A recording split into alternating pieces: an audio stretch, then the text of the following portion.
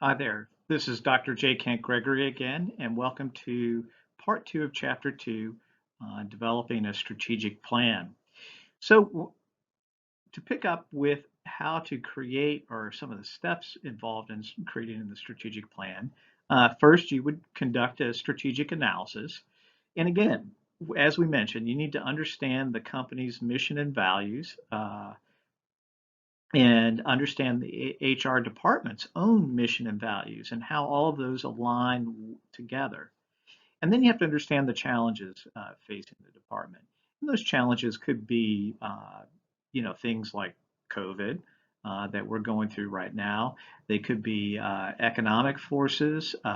They can be external forces like economic forces, governmental forces, things like that.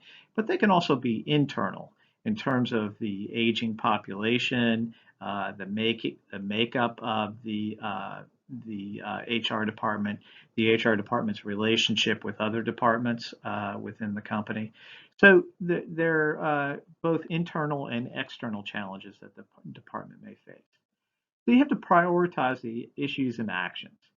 And the book says you can do this using a SWOT analysis. And for those of y'all who've had me before, and certainly when you have me again, or if you have me again, rather, for BSP 411 business strategy, you'll know that I'm not a particular fan of SWOT analyses. I mean, I think they're okay, but they're rather limited, and I'll even go so far as to say they're simplistic. Uh, so when you do an analysis uh, or a strategic analysis, you need to do something that's a little bit more than a SWOT analysis. And we can talk about these strengths and weaknesses of the SWOT analysis. But I think one of the key components of the SWOT analysis that we can sit is that it's essentially an internal analysis. And because it's internal, it loses its sense of objectivity. You're not looking at things from a distance or an objective distance. The other thing you have to do is understand the organizational life cycle.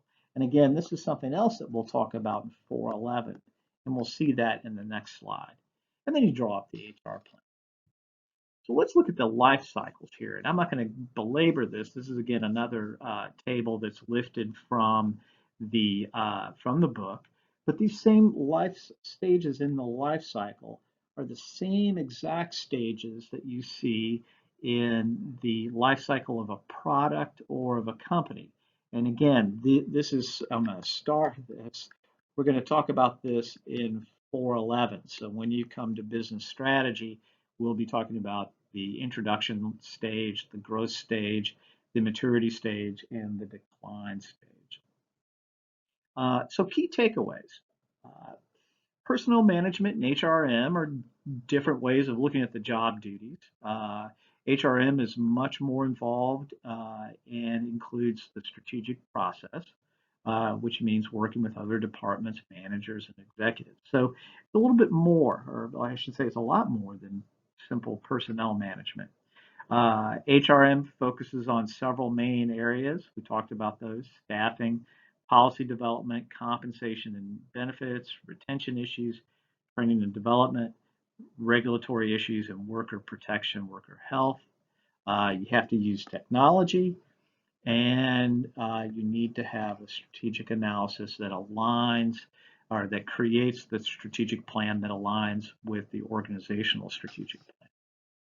So writing the HRM plan. So here's a good flow chart, and I'm not going to walk you through all the stages, but it's lifted from the book.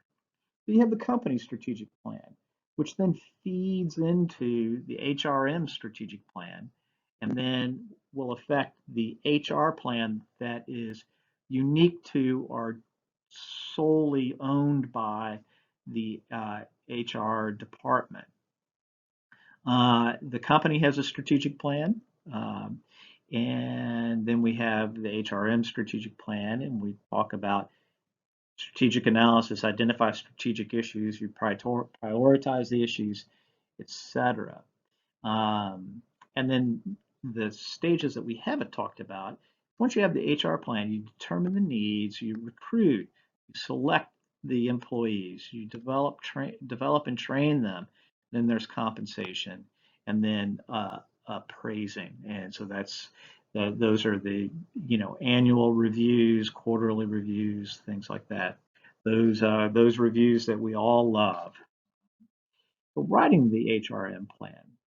So these are restating what we just saw. There are 6 parts to it. You got to determine the human resource needs, meaning how many employees do you need? Who are they like? I mean, what jobs are they going to be performing? You select the employees, you train and develop them, you determine the compensation, which is an ongoing process, and then you appraise their performance. So some key takeaways. Human resource planning is a process that constantly needs to be revisited. So it's not something that's necessarily immutable and set in stone. Uh, we talk about some stages here. The first stage is planning to determine who are and what are those current and future human resource needs like. So what are those employees going to be like? Also, who are they out in the market? I mean, what are the available employees that you can draw from, or potential employees out in the market? Um, and then you go about recruiting uh, and selection process. HR managers will need to work through compensation plans, which include salary, bonus, and other benefits like healthcare. And then the HR manager is going to develop training programs. So tips in HR planning, and this will wrap things up. You link the HR management strategic plan to the company's strategic plan. You monitor it constantly because this is, again, it's not a fixed document or a fixed plan. It's got to adjust and develop as the time goes by.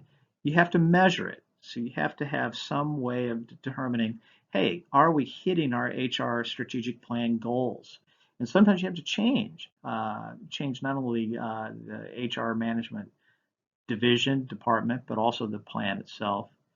Keep in mind the information technology that you can use, and then also be aware of legislative changes. So that wraps up Chapter 2. Thank you for joining me for that, and pretty soon we'll go on with Chapter 3.